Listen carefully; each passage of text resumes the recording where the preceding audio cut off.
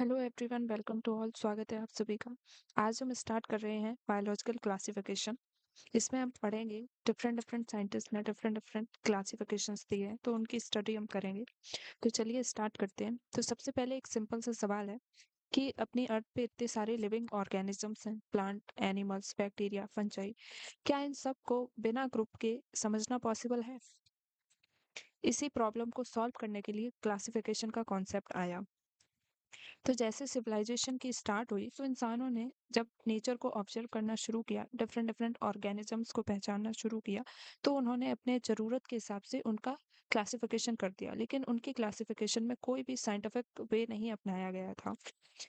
Scientific classification की proper शुरुआत Aristotle ने की थी। तो Aristotle was earliest to attempt a scientific basis for classification. तो सबसे पहले एरिस्टोटल ने कुछ क्लासिफिकेशन में साइंटिफिक वे को अपनाया था और क्लासिफिकेशन दिया। ही यूज्ड मॉर्फोलॉजिकल कैरेक्टर। इन्होंने सिंपल मॉर्फोलॉजिकल कैरेक्टर्स का यूज किया। इन्होंने प्लांट्स के सिंपल मॉर्फोलॉजिकल कैरेक्टर्स को देख करके उनको 3 कैटेगरी में डिवाइड कर दिया, ट्री, श्रब्स और हर्ब्स में।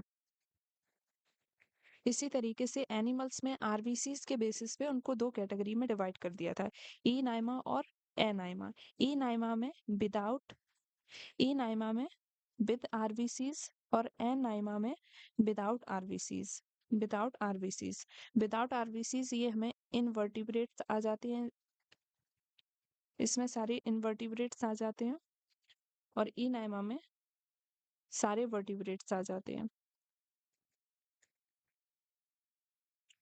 तो बायोलॉजिकल क्लासिफिकेशन में हम पढ़ेंगे कि कैसे ऑर्गेनिजम्स को क्लासिफाई किया गया और उनके नेम्स दिए गए हैं। तो सिविलाइजेशन की स्टार्टिंग में सबसे पहले इंसानों ने जब नेचर को ऑब्जर्व करना शुरू किया, तो अपनी ज़रूरत के हिसाब से ऑर्गेनिजम्स को आइडेंटिफाई किया कि कौन सा प्लांट हमारे लिए यूजफुल है, कौन सा प्लांट हमारे लिए हार्मफुल है। उसी के बेसिस पे उन्होंने नेम देना शुरू कर दिया। लेकिन कोई भी साइंटिफिक उसमें तरीका नहीं था, बस अपने यूज के हिसाब से नेमिंग करना शुरू कर दिया था। उसके बाद में एरिस्टोटल फर्स्ट साइंटिस्ट थे जिन्होंने कुछ साइंटिफिक नेम देने की कोशिश की, कुछ साइंटिफिक क्लासिफिकेशन करने की कोशिश करी। तो Aristotle was earliest attempt to a scientific basis for classification. इन्होंने सिंपल मॉर्फोलॉजिकल कैरेक्टर्स के बेसिस पे प्लांट्स को 3 कैटेगरी में डिवाइड कर दिया था, ट्री, श्रब्स और हर्ब्स में। उसी तरीके के एनिमल्स को भी 2 कैटेगरी में डिवाइड कर दिया था, इनाइमा और anaima. Enaima presence of RBCs, anaima absence of RBC. इसके बाद में नेक्स्ट क्लासिफिकेशन आता है, that is two kingdom classification. Two kingdom classification दिया था लीनियस ने। इन्होंने 2 किंगडम में एनिमल्स को कैटेगराइज कर दिया था। किंगडम 1 में इन्होंने प्लेंटी को रखा था, और किंगडम 2 में इन्होंने एनिमिलिया को रखा था। किंगडम 2 में इन्होंने एनिमिलिया को रखा था। इनके ड्रॉबैक क्या थे? इस क्लासिफिकेशन के ड्रॉबैक क्या थे?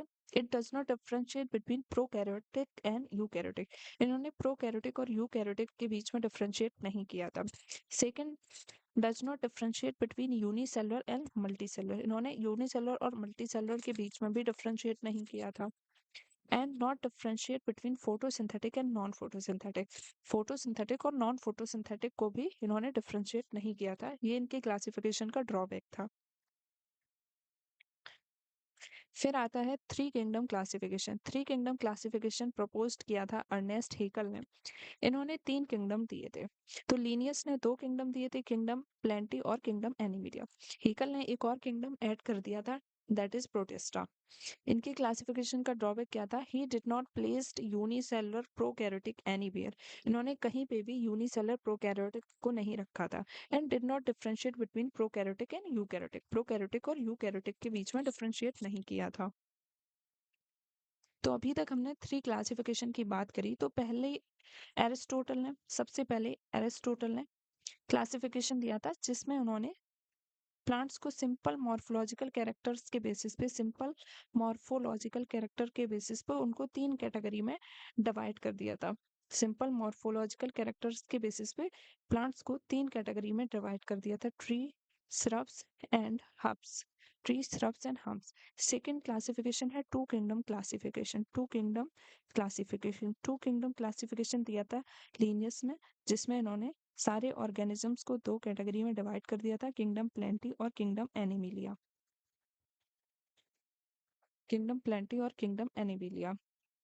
लेकिन इनके इस क्लासिफिकेशन का ड्रॉबैक ये था कि इन्होंने प्रोकैरियोटिक और यूकैरियोटिक को डिफरेंशिएट नहीं किया था, ना ही यूनिसेलुलर, मल्टीसेलुलर और ना ही फोटोसिंथेटिक, नॉन फोटोसिंथेटिक को डिफरेंशिएट किया था। फिर आता है three kingdom classification. Three kingdom classification दिया था अर्नेस्ट हीकल में, जिसमें इन्होंने एक और किंगडम को ऐड किया था, दैट इज किंगडम प्लेंटी और किंगडम एनिमिलिया।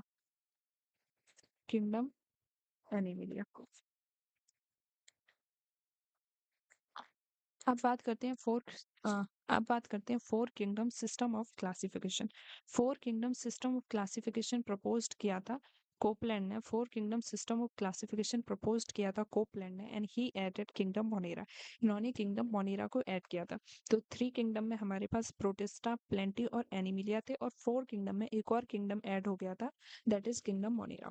किंगडम मोनेरा में जितने यूनिसेलुलर प्रोकैरियोटिक्स होते हैं, जितने भी यूनिसेलुलर प्रोकैरियोट्स होते हैं, वो सारे आ जाते हैं यूनिसेलुलर प्रोकैरियोटिक्स। जो यूनिसेलुलर प्रोकैरियोट्स होते हैं वो सारे किंगडम मोनेरा में आ जाते हैं, और जितने भी यूनिसेलुलर यूकैरियोट्स होते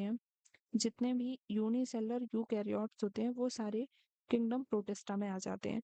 किंगडम प्लेंटी में सारे प्लांट्स आ जाते हैं, और किंगडम एनिमिलिया में एनिमल्स आ जाते हैं सारे एनिमल्स आ जाते हैं। इनके क्लासिफिकेशन का ड्रॉबैक क्या है? इनके क्लासिफिकेशन का ड्रॉबैक है नॉट प्लेस एप्रोफाइट डिस्टिंक्टली।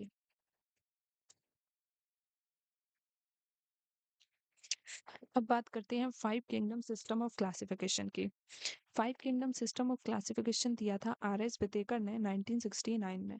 ये मोस्ट एक्सेप्टेड क्लासिफिकेशन है, और इन्होंने किंगडम फंजाई को ऐड किया था। तो हमारे पास फोर किंगडम ऑलरेडी थे, kingdom Monera, kingdom protista, kingdom Plantae और किंगडम एनिमिलिया। आर.एस. विटेकर ने एक और किंगडम को ऐड कर दिया था, दैट इज किंगडम फंजाई। तो ये फाइव किंगडम क्लासिफिकेशन हो गया। इनका क्लासिफिकेशन बेस्ड था cell structure and cell type पे, बॉडी ऑर्गेनाइजेशन पे, nutrition, reproduction and phylogenetic relationship में ऑर्गेनिज्म के बीच में इवोल्यूशनल कनेक्शन को भी कंसिडर किया जाता है। तो इन्होंने cell structure, cell type, body organisation, nutrition, reproduction और इवोल्यूशनरी हिस्ट्री को भी इन्होंने ध्यान में रख के क्लासिफिकेशन को दिया था। अब इन किंगडम्स की कुछ फीचर्स की बात करते हैं। अगर मोनेरा में हम सेल टाइप की बात करें, तो मोनेरा में सेल टाइप प्रोकैरियोट होता है। प्रोटिस्टा, फंजाई, प्लेंटी और एनिमिलिया ये सारी यूकैरियोटिक सेल होती हैं। सेल स्ट्रक्चर और बॉडी ऑर्गेनाइजेशन की बात करें तो मोनेरा यूनिसेलर होता है, प्रोटिस्टा भी यूनिसेलर होता है, बाकी सारे मल्टीसेलर होते हैं। सेल वॉल की बात करें तो मोनेरा में सेल वॉल प्रेजेंट होती है, प्रोटिस्टा में कुछ में प्रेजेंट होती है और कुछ में एब्सेंट होती है। फंजाई में प्रेजेंट होती है, प्लेंटी में भी प्रेजेंट होती है और एनिमिलिया में एब्सेंट होती है। न्यूक्लियर मेम्ब्रेन मोनेरा में एब्सेंट होती है, बाकी सभी में प्रेजेंट होती है। रिप्रोडक्शन मोनेरा में एसेक्सुअल और जेनेटिक रिकॉम्बिनेशन होता है। मोनेरा में बैक्टीरिया आ जाते हैं, तो हम बैक्टीरिया में जेनेटिक रिकॉम्बिनेशन की बात करते हैं, जहाँ पे हम तीन प्रोसेस को पढ़ते हैं, that is conjugation, transformation and transduction. Protista में सेक्सुअल और एसेक्सुअल, बाकी सभी में सेक्सुअल और एसेक्सुअल रिप्रोडक्शन देखने को मिलता है। मोड ऑफ न्यूट्रिशन की बात करें तो मोनेरा में ऑटोट्रॉप्स, हेटेरोट्रॉप्स, फोटो सिंथेटिक और नॉन फोटो सिंथेटिक टाइप का मोड ऑफ न्यूट्रिशन देखने को मिलता है। प्रोटिस्टा में ऑटोट्रॉप्स, हेटेरोट्रॉप्स, फंजाई में हेटेरोट्रॉप्स देखने को मिलता है, और प्लेंटी में ऑटोट्रॉप्स और Animalia heterotrophs. Five kingdom system of classification based on the cell type, इनको डिवाइड किया प्रोकैरियोट्स और यूकैरियोट्स में। प्रोकैरियोट्स में मोनेरा आ जाते हैं, जिसमें यूनिसेलर प्रोकैरियोट्स आ जाते हैं, सेल वॉल प्रेजेंट होती है। न्यूट्रिशन इसमें ऑटोट्रोपिक होता है, जिसमें हमें ऑक्सीजेनिक और anoxygenic mode of nutrition देखने को मिलता है। हेट्रोट्रोपिक में हमें सेप्रोफिटिक, पैरासिटिक और सिम्बायोटिक न्यूट्रिशन देखने को मिलता है। यूकैरियोट्स को डिवाइड किया है यूनिसेलर और मल्टीसेलर में। यूनिसेलर में प्रोटिस्टा आ जाते हैं, जिसमें सेल वॉल कुछ में प्रेजेंट होती है, कुछ में एब्सेंट होती है। न्यूट्रिशन इसमें सेप्रोफिटिक, पैरासिटिक, सिम्बायोटिक और ऑक्सीजेनिक न्यूट्रिशन देखने को मिलता है। मल्टीसेलर में फंजाई, प्लेंटी, एनिमिलिया आ जाते हैं। फंजाई में loose tissue cell wall chitin की बनी होती है। न्यूट्रिशन सेप्रोफिटिक, पैरासिटिक और सिम्बायोटिक देखने को मिलता है। प्लेंटी में हमें टिश्यू और ऑर्गन लेवल ऑफ ऑर्गेनाइजेशन देखने को मिलता है। सेल वॉल प्रेजेंट होती है, सेल वॉल सेल्यूलोज की होती है, न्यूट्रिशन ऑक्सीजेनिक होता है, ऑक्सीजेनिक फोटो ऑटोट्रॉप का एक पार्ट है। एनीमिलिया में टिश्यू ऑर्गन और organ system level of organisation देखने को मिलता है। सेल वॉल एब्सेंट होती है, न्यूट्रिशन सेप्रोफिटिक और होलोजोइक मोड ऑफ न्यूट्रिशन देखने को मिलता है। अब बात करते हैं सिक्स किंगडम क्लासिफिकेशन की, जिसको three domain system of classification भी कहते हैं। ये ये बेस्ड था 16 एस RRNA पे। और six kingdom classification Carl Woese ने दिया था। इन्होंने लाइफ को दो कैटेगरी में डिवाइड किया था, मोनेरा और यूकैरिया में। मोनेरा में दो डोमेन्स आ जाते हैं, आर्की बैक्टीरिया और यू बैक्टीरिया। यूकैरिया में एक डोमेन आता है, दैट इज यूकैरिया, जिसमें प्रोटिस्टा, फंजाई, प्लेंटी और एनिमिलिया आ जाते हैं।